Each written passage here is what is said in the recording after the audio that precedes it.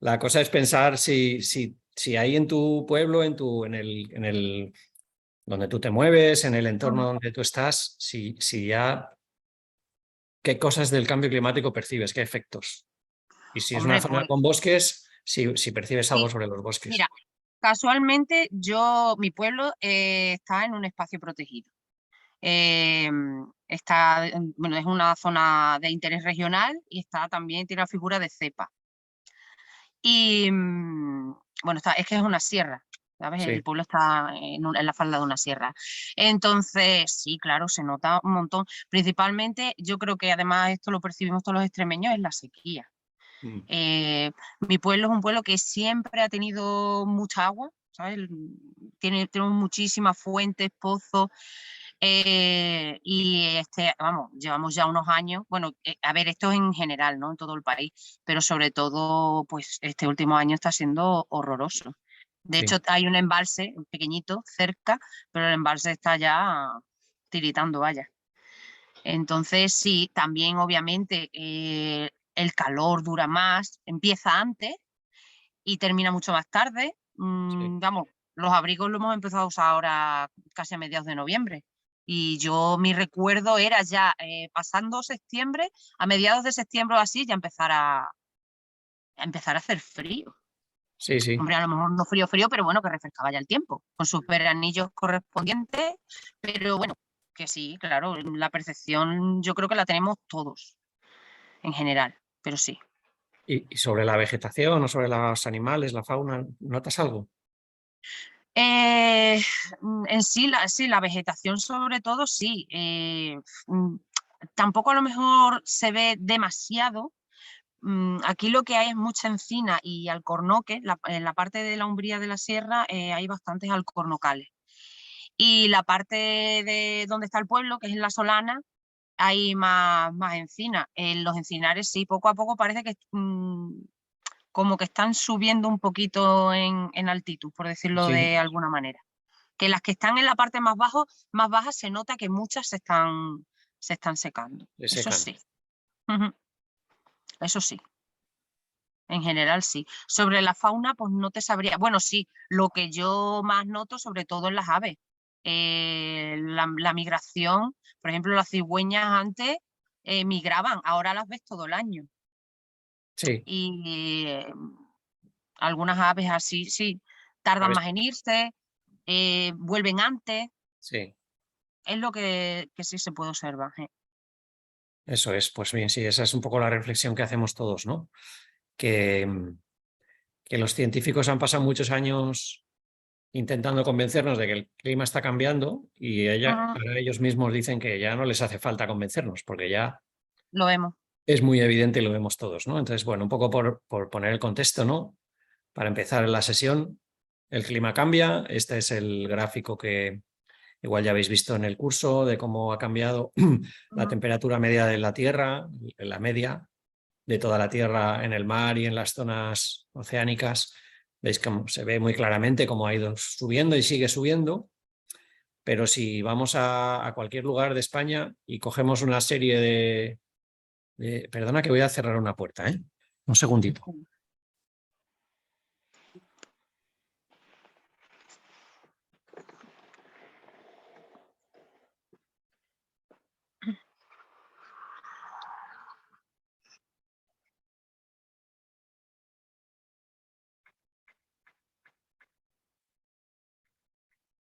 Ya estoy aquí. Como estamos en Ujú. confianza, Sí, me he no te levantado a preocupes. cerrar que había mucho ruido. Bueno, pues decía que si vamos a cualquier lugar de España y descargamos las series de datos de las estaciones meteorológicas, lo que vemos es justamente eso, ¿no? Como la temperatura ya se puede ver muy claramente cómo ha ascendido. Ujú. Casi en cualquier sitio. Seguro que en tu pueblo hay una estación meteorológica cerca. Si accederás a los datos y simplemente lo representas, la temperatura media de cada mes, seguramente te saldrá algo así. Ujú. Entonces, Madrid, que se ve que ha crecido mucho porque en las grandes ciudades, el efecto de las ciudades es que la temperatura se incrementa más. Pero bueno, aquí tenemos otro ejemplo en Zaragoza, de dos estaciones meteorológicas en los que hicimos un trabajo justamente sobre adaptación en un parque natural. y se ve como la temperatura mínima desde el año 74, que hay registros, pues ha aumentado, o en el Parque Nacional del Teide también ha aumentado 1,5 grados en los últimos 100 años, 80 años. En fin, que la tendencia del pasado hacia acá a incrementarse la temperatura es muy clara y bueno, y ya la estamos viendo, ¿no? Y también tenemos ya cada vez modelos más mejores de cómo será el clima en el futuro. Y ahí está la plataforma esta de Adapteca. No sé si os la han comentado en alguna sesión del curso. Sí, viene como material adicional Eso y es. venía a la web. Es una página web donde tú puedes simular las condiciones climáticas en el 2100 y en el 2050 en cualquier lugar de España. Aquí he puesto toda la península, pero se puede seleccionar solamente una provincia o un municipio o un trocito que te interese por lo que sea. Pero bueno, para ver así la imagen general, pues como ves, cada vez se prevé que haya más olas de calor que afecten a más territorio. Esto es cuanto más rojo, más olas, más duración de las olas de calor. Es una animación, ¿no?, que se ve el año 2000, Sí. 2000, a ver, 2040, 2070, 2100. O sea, cada vez olas de calor más largas y más frecuentes, menos días con heladas. Aquí se van contrayendo los días con heladas, cada vez hay menos, es más raro que hiele. Sí. Y también parece que va a llover menos. Esto es, cuanto más amarillo, más diferencia con lo que llueve ahora. Hacia abajo, ¿no? Menos va a llover. O sea que en el sur de España, Murcia, Andalucía y también Badajoz, como ves, es donde se espera pues, efectos de la sequía más fuertes, ¿no? Y cuando llueva, va a llover más Torrencial. torrencialmente. Así que igual en total en el año no llueve tantísimo menos, lo que pasa es que va a llover muy concentrado. Claro, que no se reparte la lluvia. Eso es. Bueno, pues eso es un poco el escenario en el que estamos. Y si nos centramos en los bosques, pues de todos estos cambios en el clima, ¿cuáles son los que afectan a los bosques? Sobre todo, el principal es la sequía, la falta de agua.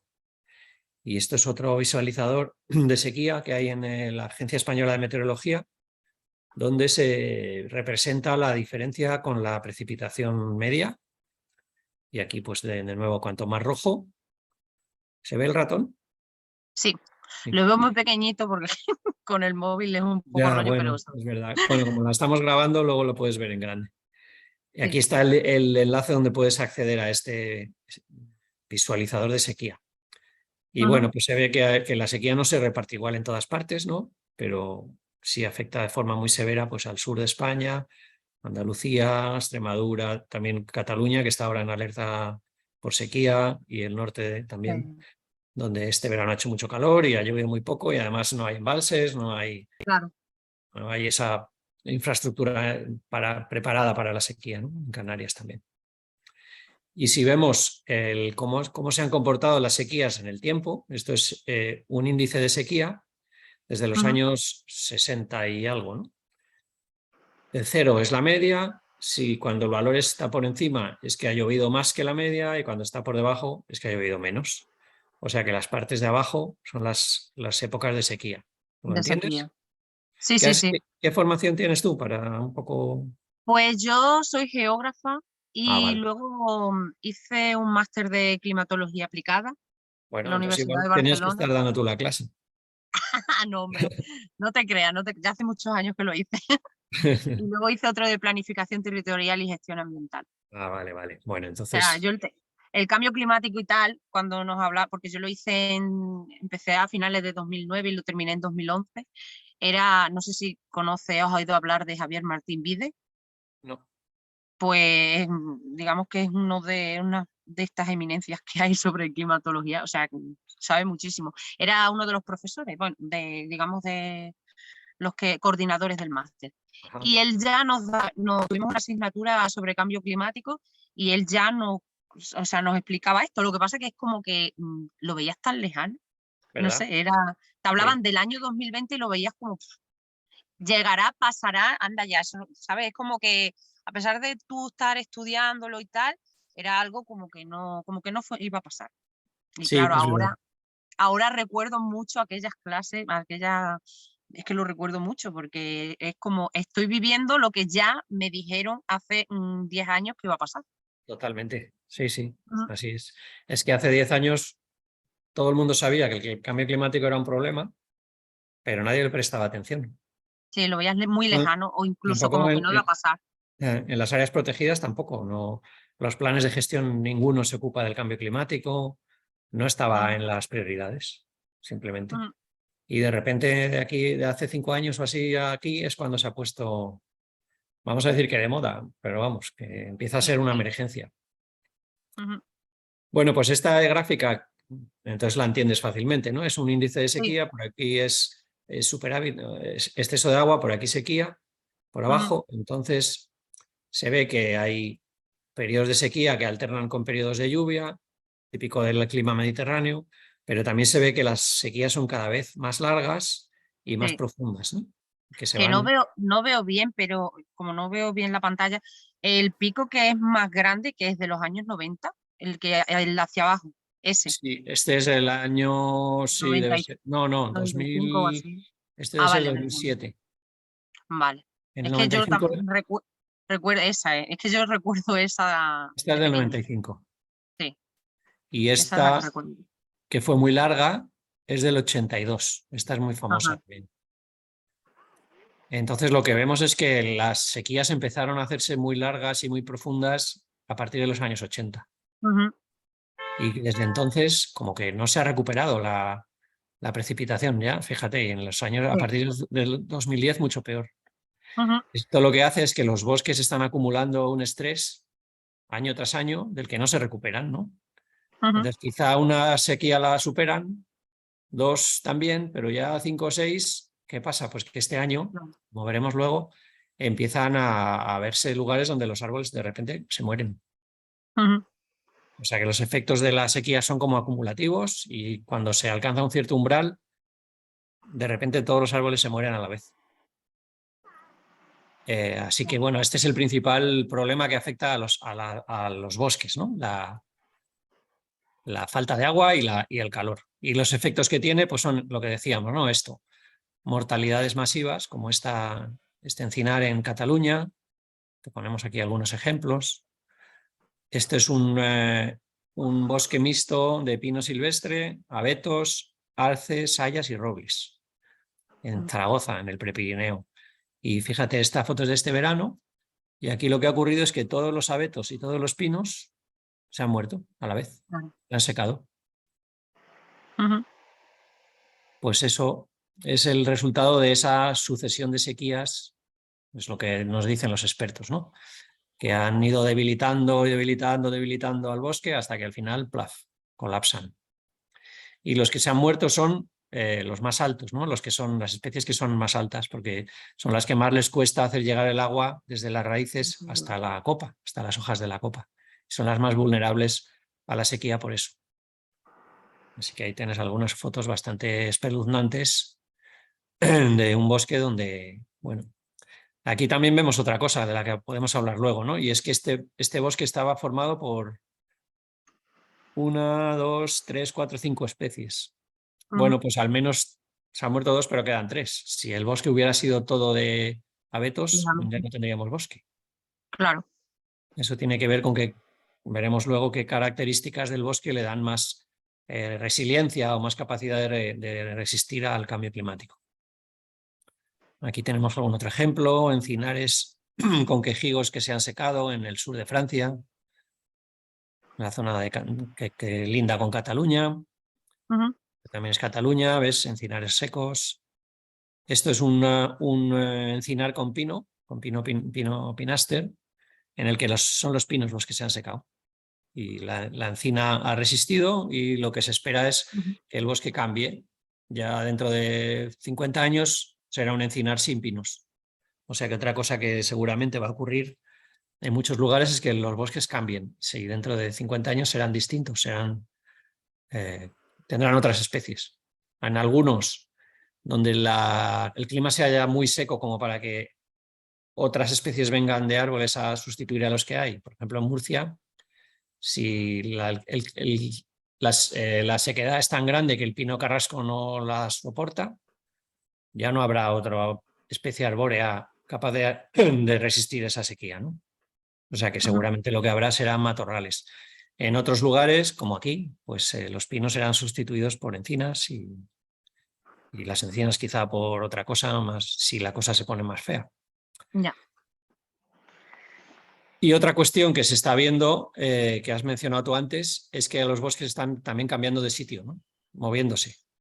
Y aquí tenemos un ejemplo en la Sierra de Guadarrama, en la parte de Segovia, donde los pinos, el pino silvestre, son estos de aquí, pues está ascendiendo hacia las cumbres en búsqueda de esas condiciones más frescas. También es verdad que aquí se ha abandonado prácticamente por completo el pastoreo, que mantenía estas zonas de pastizal. Así que hay una mezcla de esos dos procesos, de que ya no hay vacas, o casi, y que ha cambiado el clima, y con él cambia la vegetación. Aquí tenemos el caso del Montseny en Girona, donde ves desde los años 20 hasta la actualidad, como los hayedos, que son estas manchitas que en los años 20 eran muy escasas, se han ido extendiendo y ahora llegan hasta la cima de esta montaña. Así que vemos también como algunos bosques están subiendo en cota, cada vez hasta alturas más altas, buscando las condiciones climáticas que les son más favorables. El problema es cuando la montaña se acaba, ya no pueden seguir subiendo, entonces ya desaparecen. Así que hemos hablado de debilitación por la sequía y mortalidad, de cambios en la distribución, y el tercer gran problema, pues también lo conoces seguro, son los incendios. Los incendios no son exactamente un problema climático solo.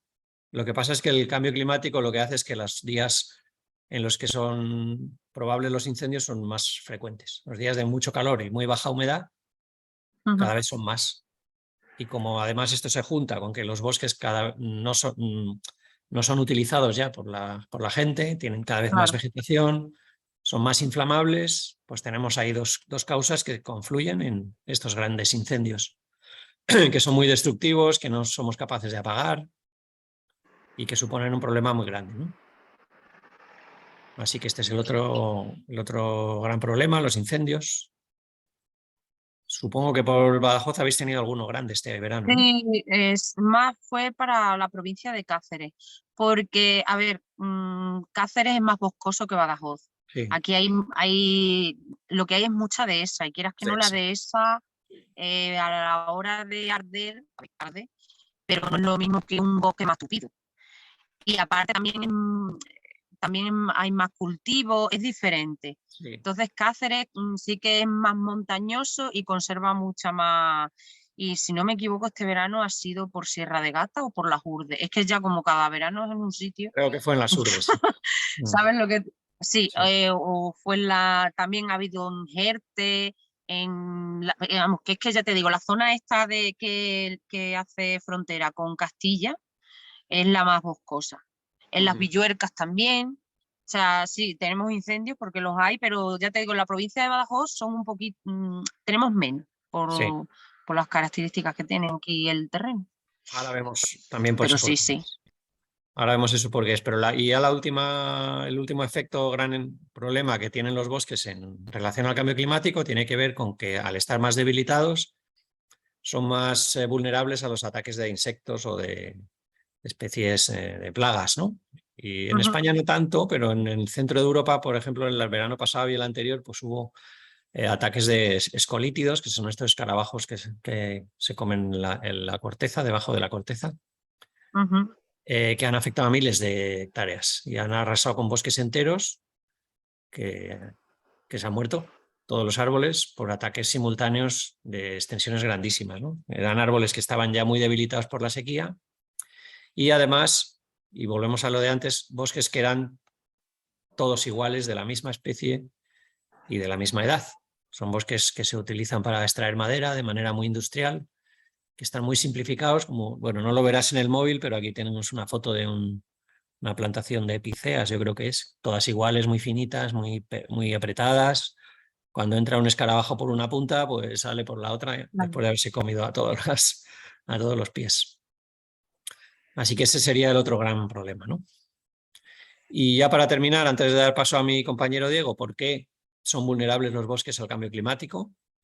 Y tiene que ver con esto que has comentado antes de la diferencia entre Cáceres y Badajoz. En primer lugar, porque los bosques que tenemos en España son muchas veces como esta foto. Grandes extensiones muy continuas de bosques de una sola especie, muy densas, donde apenas hay ya aprovechamiento forestal, ni ganadería, ni herbivoría de ningún tipo, y que son muy vulnerables a los incendios, a que cualquier perturbación afecte a una gran extensión, porque se extiende muy rápidamente, ¿no? O por ejemplo, esta otra imagen que son repoblaciones forestales en Guadalajara, 30.000 hectáreas continuas de pino silvestre que se implantaron en los años 70 y que no se han vuelto a cuidar desde entonces. Entonces están en unas densidades altísimas, con un desarrollo muy pequeño, son árboles finitos que arden muy fácilmente y que también compiten por el agua mucho entre ellos. Y por todos esos motivos pues son muy vulnerables. ¿Qué tendríamos que intentar? Pues tener paisajes más variados, bosques más variados, como este tipo de imágenes, ¿no? En los que haya zonas cerradas y zonas abiertas, zonas de pasto alternando con zonas de bosque cerrado, bosques formados por muchas especies distintas, combinadas, de manera que si hay una perturbación, alguna pueda adaptarse y sobrevivir, y no tanto este tipo de bosques que son familiares, ¿no? Que son muy simples, son repoblaciones con una sola especie de una sola clase de edad, muy densas y muy vulnerables a todos estos problemas que hemos hablado. ¿Vale? Así que las cuestiones que otorgan vulnerabilidad o que son negativas desde el punto de vista del cambio climático son esta característica de ser de una sola especie, de ser de una sola clase de edad, de tener troncos muy finos en densidades muy elevadas, eso es el resultado de crecer muy juntas y formar masas continuas muy extensas. Este otro tipo de bosques, que serían más maduros, en los que hay árboles grandes y árboles pequeños, incluso árboles muy grandes, zonas de aclaradas mezcladas con zonas muy densas, matorrales de muchas especies, árboles también de varias especies. Esto es lo que creemos que es más resiliente al cambio climático y es a lo que tendríamos que intentar ir en el futuro. ¿Vale? Así que, bueno, esa es la parte de las malas noticias. Las buenas es que, bueno, algo se puede hacer. ¿Qué se puede hacer en los bosques para mejorar su capacidad de adaptación? Es lo que te va a contar ahora Diego. ¿Vale? Vale. Así Hombre, no va a que ser todo malo. eso es. Yo me queda lo malo y Diego se queda lo bueno.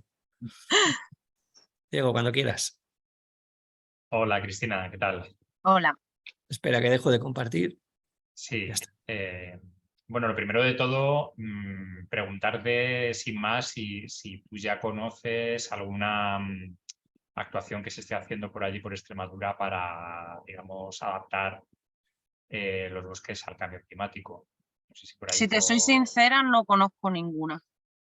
O a lo mejor ahora mismo no caigo, a lo mejor me dicen sí a tal, pero ahora mismo no te sé decir, porque lo único que yo sé aquí es cuando se hacen, bueno, los típicos plantabosques, pero repoblación, zonas y tal. Pero que una actuación concreta sobre un espacio, sabrás que aquí hay un montón de espacios protegidos, Sí. eso no lo sé, ¿sabes? Sí, plantar, hacer poblaciones y tal, sí, porque mismamente en hornachos en mi pueblo muchas veces se han hecho.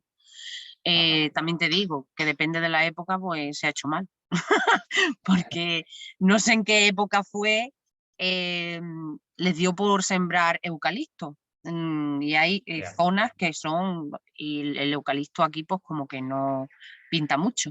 Por suerte también se han ido quitando, pero bueno, las últimas plantaciones que yo conozco han sido encinas, que eso sí que es de aquí. Es lo único que sé. Muy bien. Planes en sí, así, proyectos y tal, no conozco ninguno. Sí, la verdad que, bueno, podríamos hablar también, aunque ya lo hicimos en el foro del curso, sobre el tema de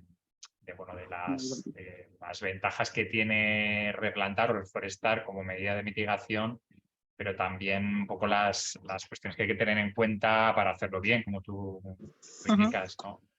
Entonces, bueno, yo creo que en el foro ya debatimos un poco sobre este tema.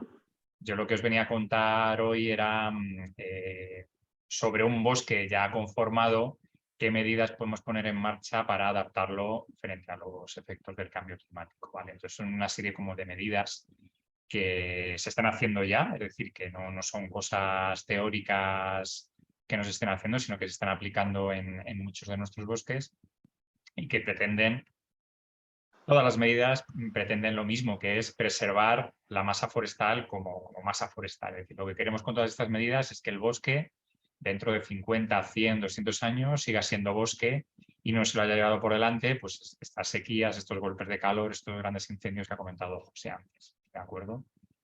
Entonces, bueno, como te voy a enseñar ahora, a ver si comparto la pantalla.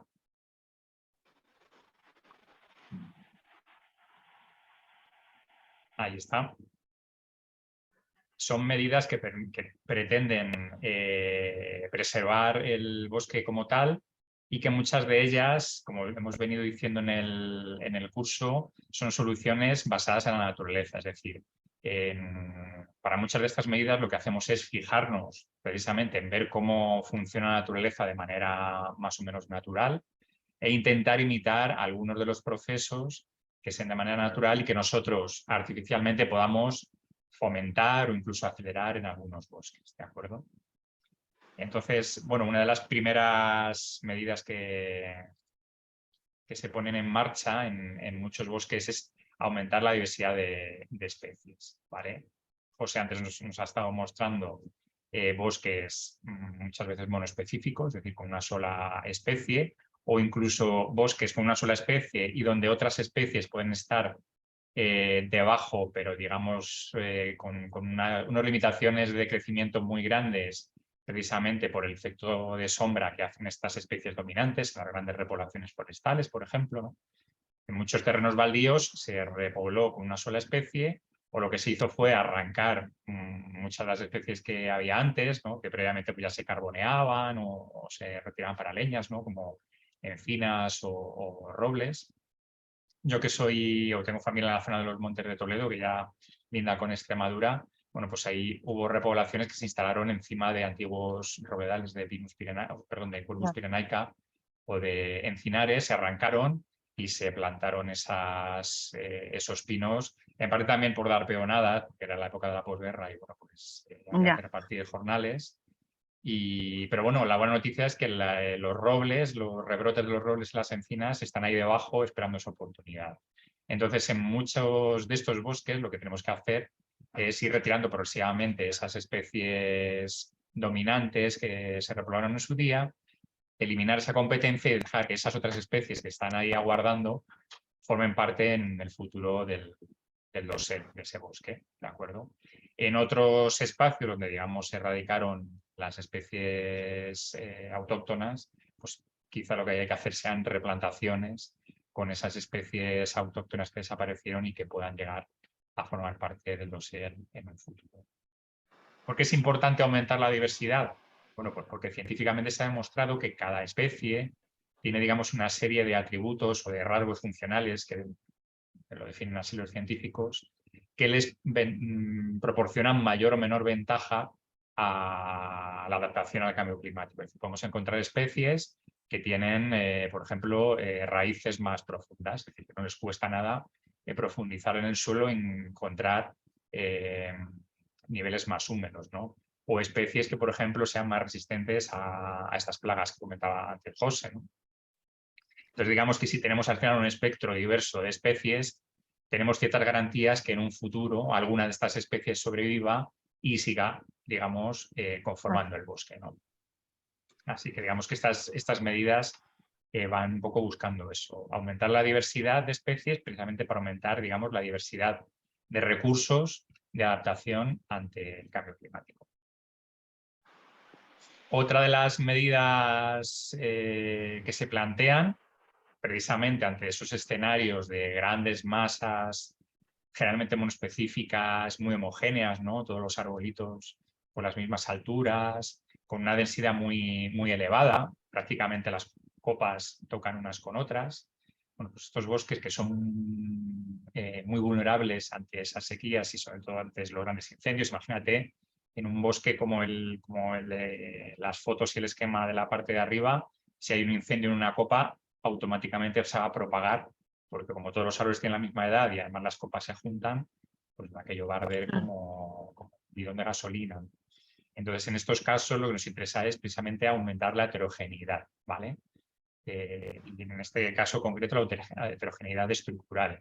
Podemos intentar hacer pequeños clareos, derribos de árboles, luego veremos de qué manera incluso fomentar la muerte artificial de árboles mediante el anillado, y que aparezca también madera muerta. La madera muerta frente a este mito, ¿no? del bosque está sucio, de hay que retirar la maleza y la leña que esté ahí muerta porque eso va a propagar los incendios. Bueno, pues también se ha demostrado que la madera, una vez que se muere y cae al suelo, inmediatamente se empapa. Generalmente eso es madera muy húmeda que no prende bien, con lo cual actúa de retardo ante grandes incendios. Si aumentamos esta heterogeneidad estructural, obviamente los fuegos de copas pues también van a tener más dificultad para avanzar.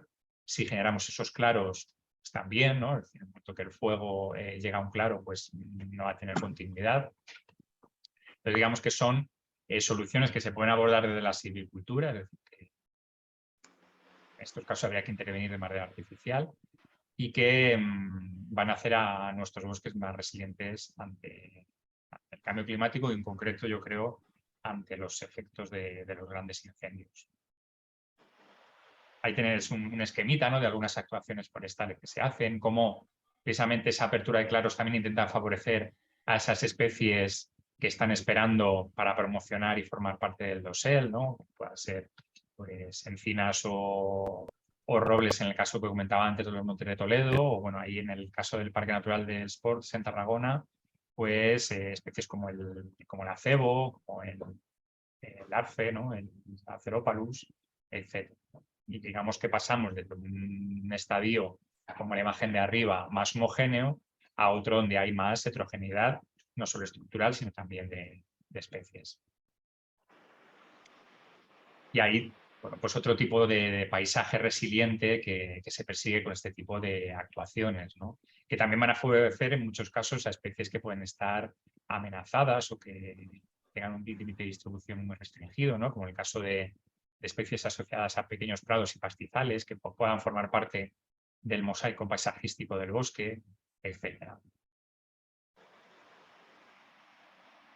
Bien, como comentaba antes, parte de estas soluciones basadas en la naturaleza de lo que tratan es de imitar procesos que están de manera natural en nuestros bosques, ¿vale? Un proceso que se da de manera natural en nuestros bosques es la apertura de pequeños claros por derribos, es decir, derribos provocados por golpes de viento, por nevadas intensas, ¿no? Que provocan que esos árboles caigan, mueran y aparezcan claros donde a su vez van a aparecer regenerado de especies arbóreas, ¿no? Con lo cual son, digamos, pequeñas perturbaciones que aportan de manera natural esa heterogeneidad al bosque.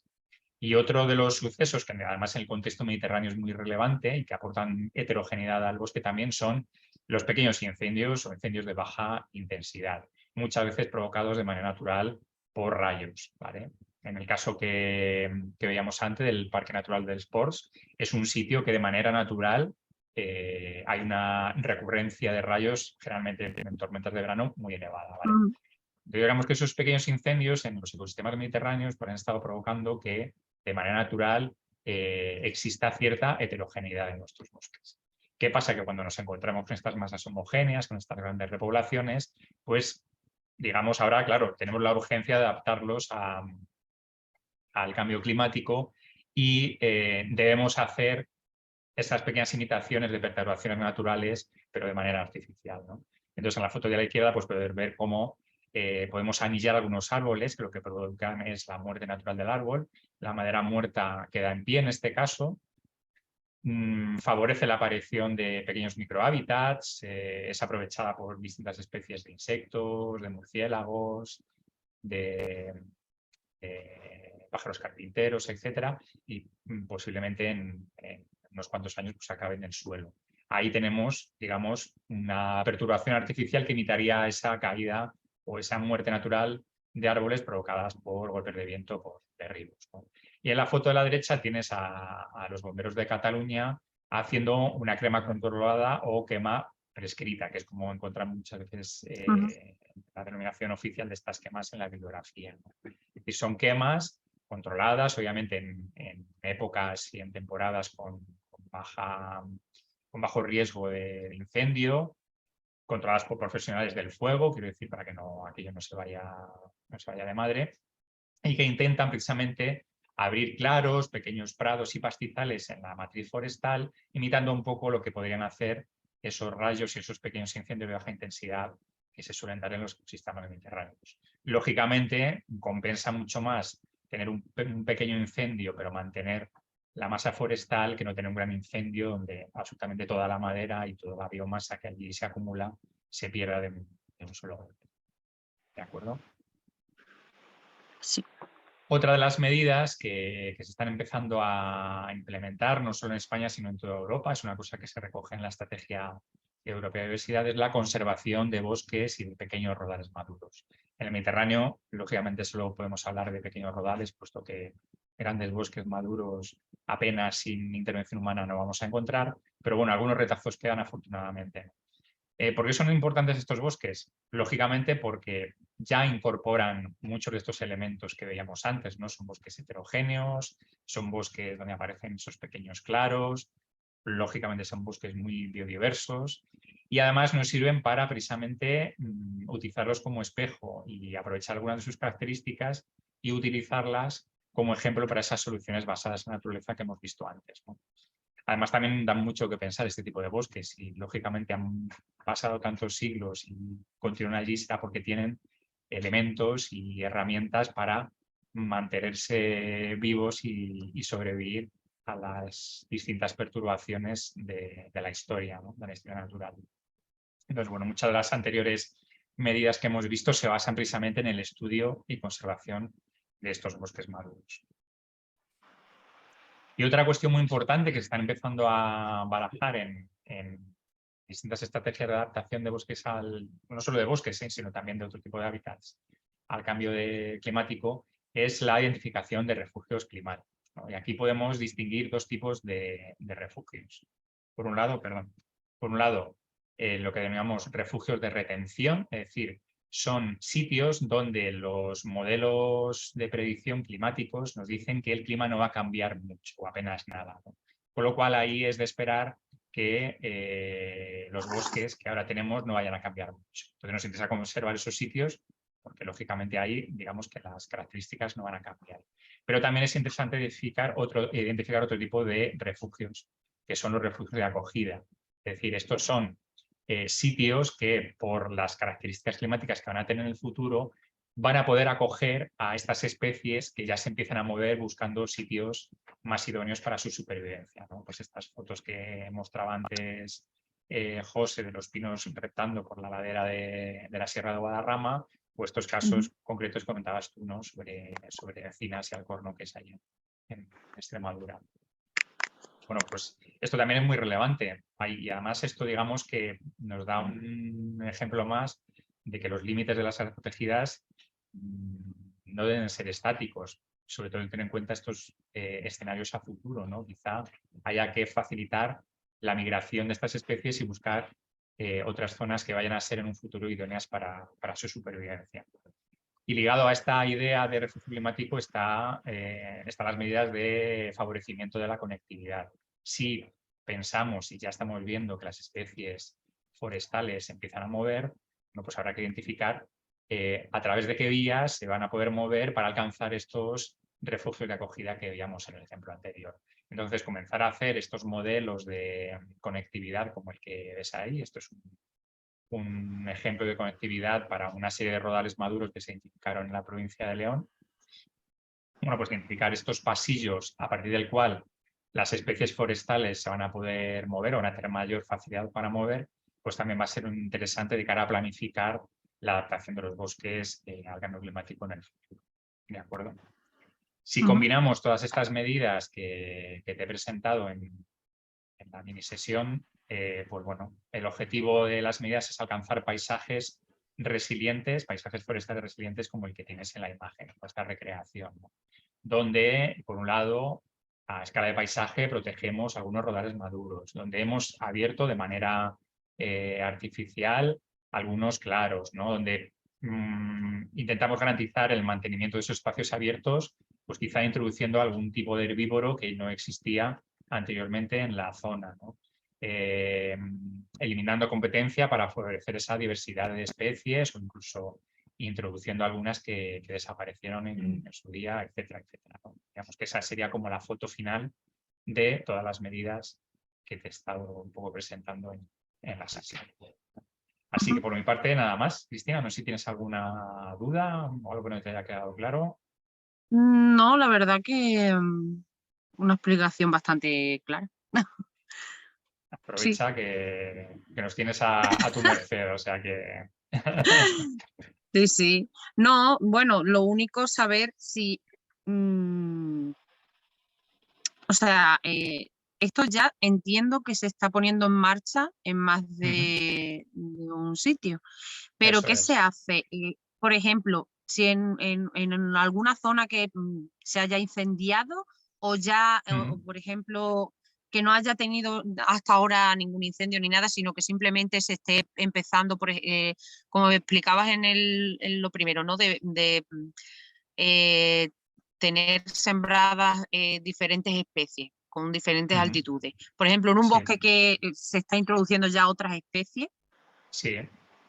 Sí, en un Vale. bosque, por un poco las fotos que te hemos enseñado antes de grandes repoblaciones forestales, donde digamos que todos los árboles son de la misma edad, de la misma Sí. altura y generalmente suele ser una especie dominante, en estos sitios lo que se está haciendo es abrir esos claros y hacer que las especies que pudieran estar debajo, digamos, un poco, por así decirlo, asombrajadas, pues empiecen a tirar y empiecen a aportar esa diversidad, ¿no?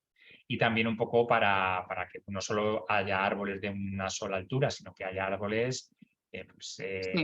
pequeños que estén naciendo, otros digamos de una altura mediana y luego ya los grandes árboles que ocupan el dosel, ¿vale? Esto para las grandes repoblaciones.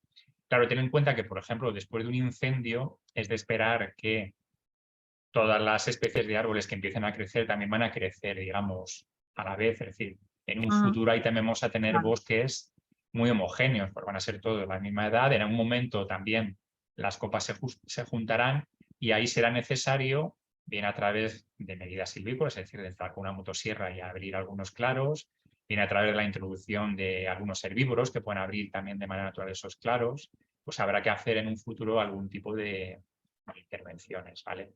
Por supuesto, en los bosques que ya son maduros, que ya tienen esa heterogeneidad, bosques que no se han tocado desde hace muchísimo tiempo, pues lo ideal es conservarlos y preservarlos tal cual están. Ahí no hace falta intervenir de ninguna manera, ¿vale?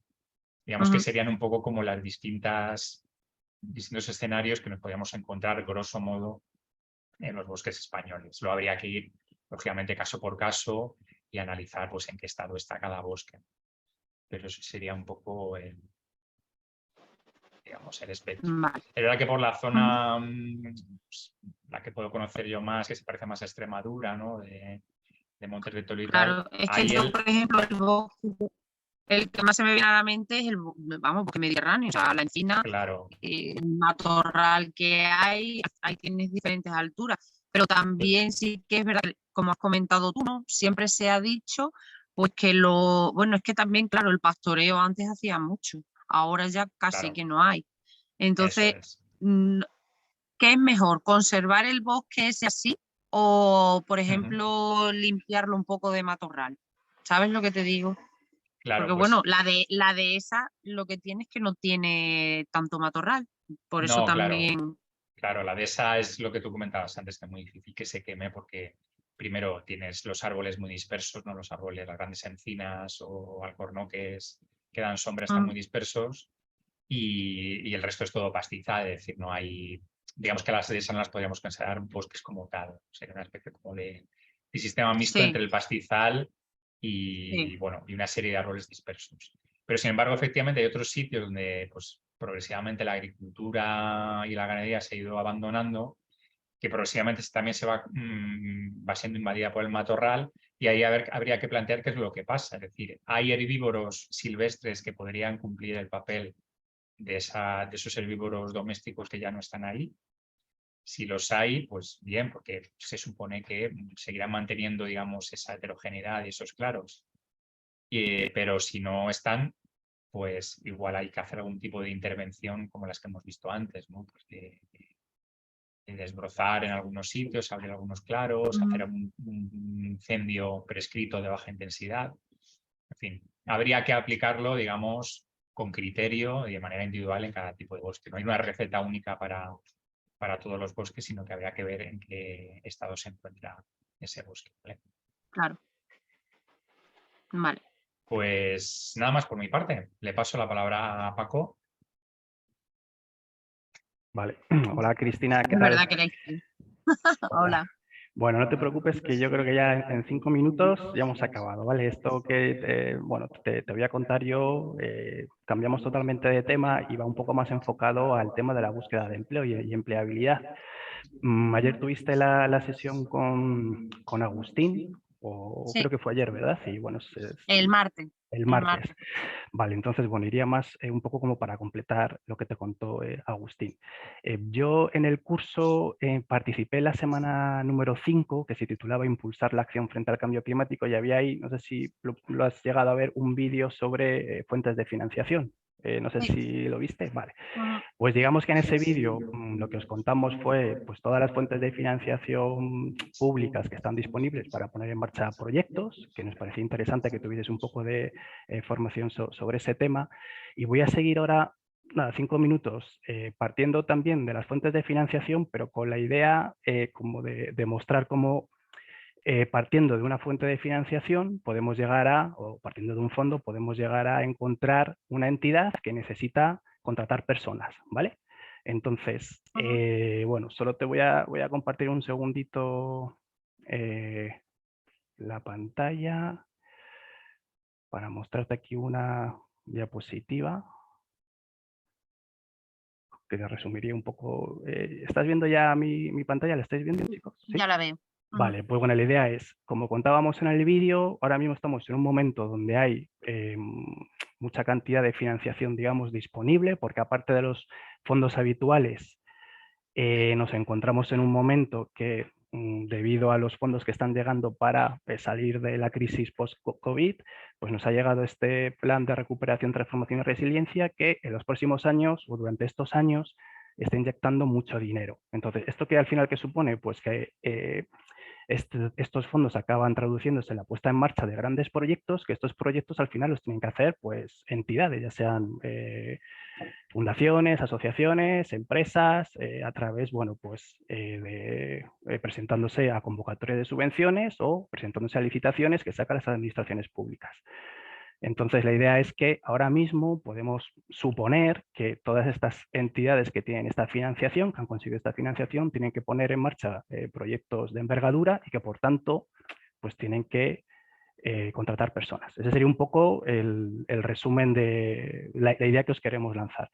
Entonces, para ver esto, me voy a meter en internet y voy a hacer como un pequeño ejercicio práctico, ¿vale? Así sobre la marcha. Vale, seguís viendo mi pantalla, ¿verdad? Sí. Vale, pues mira, simplemente me he metido... Nada, tienes que salirte del... Sí, es que solo veo la diapositiva. Vale, un segundito a ver si me apaño yo con Deja de esto. compartir y vuelve a compartir la pantalla de internet. Sí. Es que no me sale a mí el simbolito este de dejar de compartir. Te quito yo. Está. Vale, pues dejo y comparto. Vale. Ok. Vale, pues simplemente me he metido en Google, ¿vale? Y he puesto plan de recuperación, transformación y resiliencia, que es el plan que te comentaba antes, que en el vídeo se explica brevemente. Bueno, pues aquí accedo a la página web del plan y aquí directamente lo primero que me sale es un buscador de convocatorias. Entonces aquí, por ejemplo, pongo biodiversidad, le doy a buscar.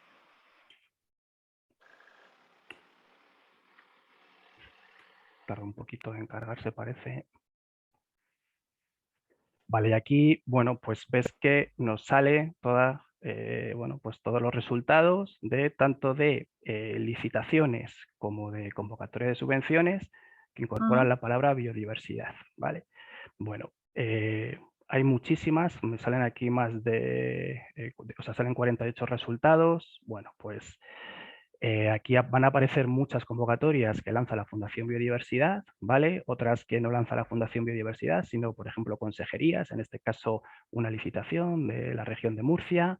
Bueno, pues si vamos es por poner solo un ejemplo, si vamos a la segunda página de resultados, se está cargando un momento. Bueno, pues de nuevo, por ejemplo, vamos a entrar mira, en esta convocatoria. Es una convocatoria de la Fundación Biodiversidad para grandes proyectos transformadores de índole científico-técnica para la promoción de la bioeconomía y la transición ecológica. Vale, vemos que es una convocatoria que ya está cerrada, pero nos interesa. Bueno, accedemos a la convocatoria, nos viene un poquito más de información y aquí tenemos un enlace que nos va a llevar al Sistema Nacional de Publicidad de Subvenciones y Ayudas Públicas. Esto no es más que la base de datos nacional de subvenciones, que también en los vídeos ahí aparecía. Bueno, pues aquí tenemos un poquito más de información más detallada de esa convocatoria. Entonces, si bajamos, lo que nos interesa está aquí, en documentos de la convocatoria.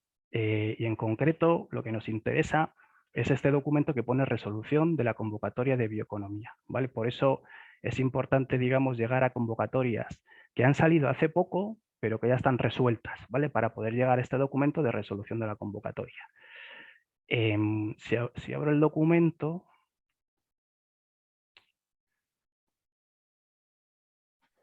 creo que tengo, José, porfa, hazme otra vez lo de quitar pantalla, compartir pantalla, para que pueda, vale, gracias. Bueno, pues entrando en ese documento, ¿vale? De resolución de la convocatoria, pues simplemente si bajamos, aquí lo que nos encontramos son, en este anexo, todos los proyectos que han sido aprobados por esa convocatoria.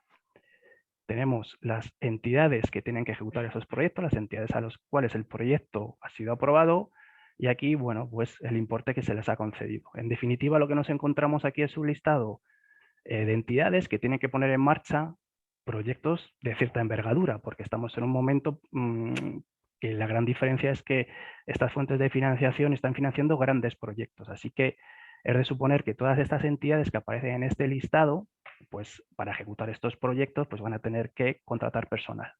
Es una suposición, pero yo creo que es bastante lógico. Entonces, la idea que os queremos lanzar es que todas estas herramientas, recursos, consejos que Agustín nos está lanzando, que son muy interesantes, podéis enfocarlo directamente a estas entidades.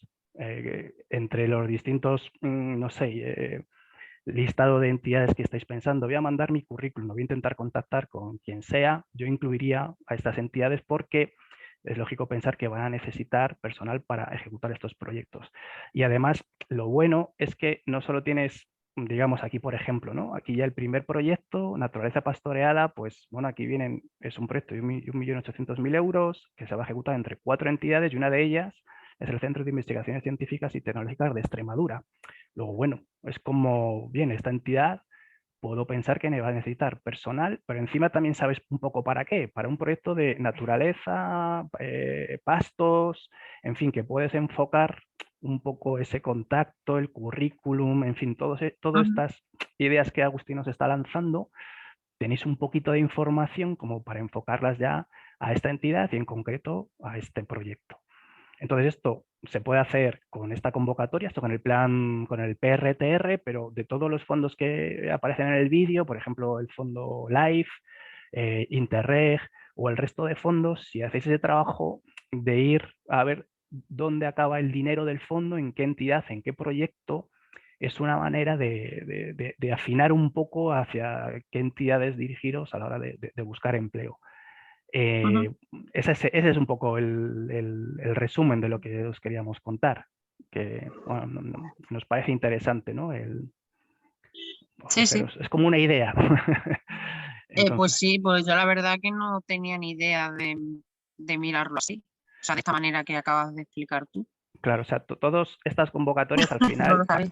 claro, acaban en este tipo de documento. O sea, tiene que haber una resolución que diga proyecto, entidad aprobada y normalmente la financiación. Entonces, bueno, es como un pequeño listado que podéis trabajar y decidir si poneros en contacto o no. Pero Ujú. bueno, sirve un poco para enfocar el tiro, digamos.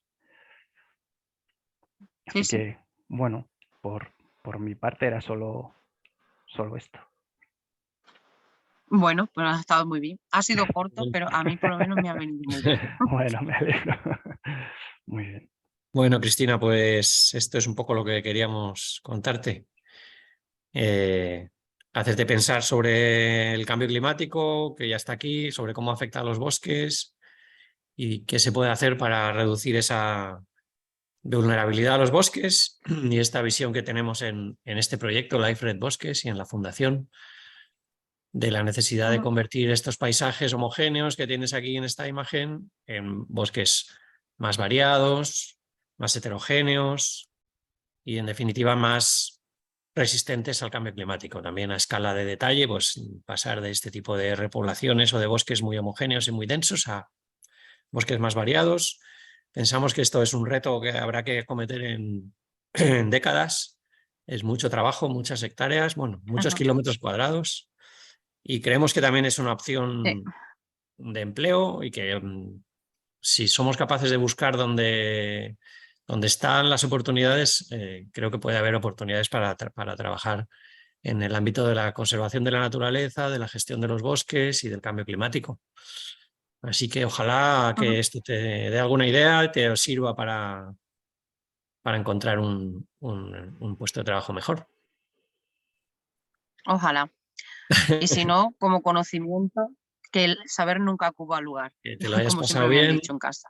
eso es, que hayas Sí, disfrutado con el me curso parece muy interesante.